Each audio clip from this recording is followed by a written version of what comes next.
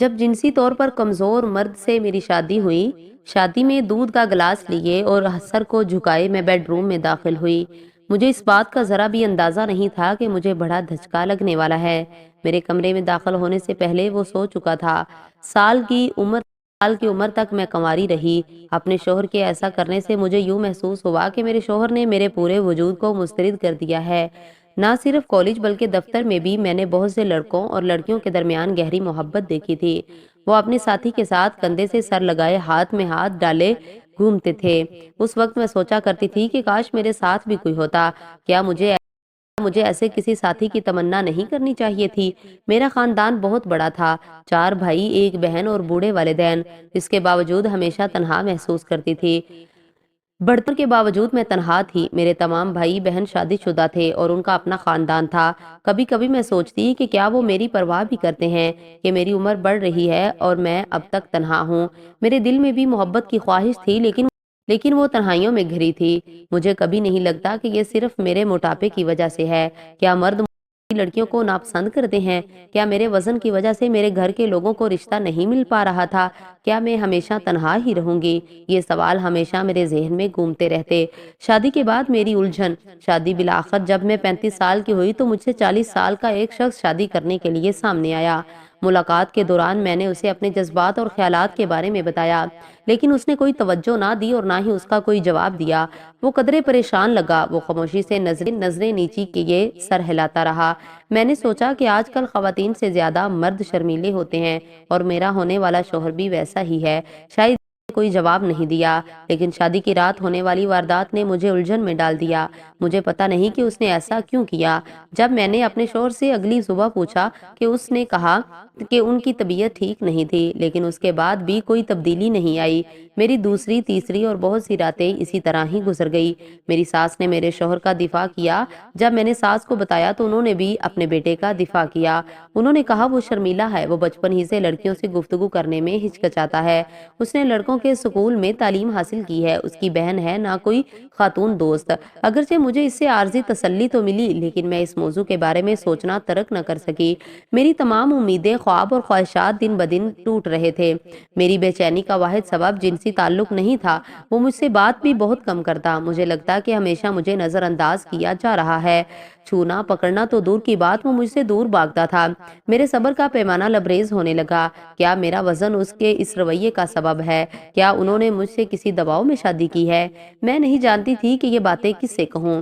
میں اپنے خاندان والوں سے بھی باتیں نہیں کر سکتی تھی، کیونکہ سب یہی سوچ رہے تھے کہ میں بہت خوش ہوں، لیکن میرے صبر کا بندھن ٹوٹ رہا تھا۔ مجھے اس کا حل تلاش کرنے کی ضرورت تھی۔ عام طور پر چھٹیوں والے دن بھی وہ گھر پر نہیں رہتا تھا۔ وہ یا تو اپنے کسی دوست کے گھر یا اپنے والدین کو باہر لے جاتا۔ اتفاق سے اس دن وہ اپنے گھر میں ہی تھا۔ میں گھر میں داخل ہوئی اور دروازہ بند کر لیا۔ وہ تیزی سے اپنے بستر سے اٹھے جیسے چھلانگ لگا دی ہو۔ میں ان کے پاس گئی اور پیار سے پوچھا، کیا تم مجھے پسند نہیں کرتے؟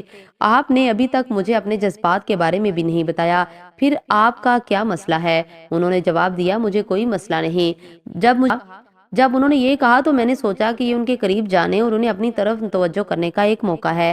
میں نے ان کے ساتھ جسمانی چھیڑ چھاڑ شروع کر دی۔ میں نے سوچا کہ ان پر کوئی اثر پڑے گا، لیکن وہ متاثر نہیں ہوئے۔ میں اس کے متعلق کس سے بات کروں؟ مجھے اس کا علم نہیں تھا، لیکن یہ بات مجھے پریشان کر رہی تھی کہ جس طرح مرد کسی عورت کی خوبصورتی کا اندازہ لگانا پسند کرتا ہے، ویسے ہی میں اپنے شوہر کی جسمانی خصوصیات کا تعین کیوں نہیں کر سکتی؟ اگر میں اس سے کچھ توقع رکھتی ہوں تو یہ غلط کیوں ہے؟ اس کے بلا کہ وہ جنسی طور پر کمزور ہے اور ڈاکٹر نے میری شادی سے پہلے اس کی تصدیق کر دی تھی۔ وہ اور اس کے والدین سب کچھ جانتے تھے۔ مجھے دھوکہ دیا گیا تھا۔ جب میں سچ کے بارے میں جان گئی تو میرے شوہر کو شرمندگی ہوئی، تاہم انہوں نے کبھی اپنی کمزوری تسلیم نہیں کی۔ سماج میں ہمیشہ خواتین ایسی چھوٹی غلطیوں کو بڑھا چڑھا کر پیش کیا جاتا ہے۔ اگر مرد بھی کوئی غلطی کرے تو انگلیاں خواتین کی طرف ہی اٹھتی ہیں۔ میرے رشتہ داروں نے مجھے مشورہ دیا، سیکس ہی سب کچھ نہیں ہے، آپ بچہ گود لینے پر غور کیوں نہیں کرتی؟ میرے سسرال والوں نے مجھ سے منت سماجت کی کہ اگر لوگوں کو سچ معلوم ہو گیا تو ہم سب کے لیے بہت شرمندگی کی بات ہوگی۔ لیکن شوہر کی بات سے کہا، یہ تمہاری قسمت ہے۔ لیکن اس وقت میرے شوہر نے جو کہا اس سے میرا دل ٹوٹ گیا۔ انہوں نے کہا، جو کچھ تم چاہو کرو، کسی اور کے ساتھ سو سکتی ہو، میں تمہیں پریشان نہیں کر سکتا اور نہ ہی اس بارے میں کسی کو بتاؤں گا۔ اگر اسے تمہیں بچہ ہو جائے تو اسے میں اپنا نام دینے کے لیے تیار ہوں۔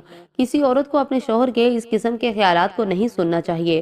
وہ بے ایمان تھا اور اپنی اور اپنے خاندان کی عزت کی حفاظت کے لیے کہہ رہا تھا۔ وہ میرے پیروں میں گر کر رونے لگا اور کہا، پلیز یہ بات کسی کو نہ بتانا اور نہ مجھے طلاق دینا۔ اس نے جو تجویز دی اس کا تصور بھی نہیں کر سکتی تھی۔ اب میرے سامنے دو ہی راستے تھے، میں اسے چھوڑ دوں یا پھر اپنے اب سے پر قبول کروں اور اپنی خواہشات قربان کر دوں۔ آخر میرے جذبات کی جیت ہوئی، میں نے اپنے اس نام نہاد شوہر کا گھر چھوڑ دیا۔ اب میرے والدین نے مجھے قبول نہیں کیا۔ دوستوں کی مدد سے ایک خواتین ہاسٹل میں جگہ مل گئی۔ جلد ہی مجھے ملازمت مل گئی اور رفتہ رفتہ میری زندگی راہ پر آنے لگی۔ اسی دوران میں نے عدالت میں طلاق کی درخواست داخل کر دی۔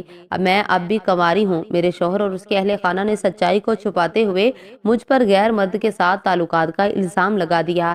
میں نے اس کے خلاف آواز اٹھائی اور اپنا طبی معائنہ کروایا۔ 3 سال بعد بالآخر مجھے طلاق مل گئی۔ میں نے محسوس کیا کہ میرا دوسرا جنم ہوا ہے۔ آج میں 40 کی ہوں اور اب بھی کنواری ہوں۔ اس دوران بہت سے مردوں نے مجھ سے رابطہ کیا۔ ان کا خیال تھا کہ میں نے اپنے شوہر کو اس لیے چھوڑا کیونکہ اس سے مجھے جنسی تسکین حاصل نہیں ہوئی۔ یہ میرے بارے میں غلط تصور تھا۔ میں ایسے مردوں سے دور رہنے کی کوشش کرتی ہوں۔ ان میں سے کوئی بھی مجھ سے شادی نہیں کرنا چاہتا تھا۔ خواتین بھی حساس ہیں۔ میں اپنی خواہشات، خوابوں، جذبات کو صرف ان کے ساتھ شیئر کرنا چاہتی ہوں جو مجھ سے پیار کرے، میرا خیال رکھے، میرے جذبات کو سمجھے اور زندگی بھر میرے ساتھ رہنا چاہے۔ میں اس کا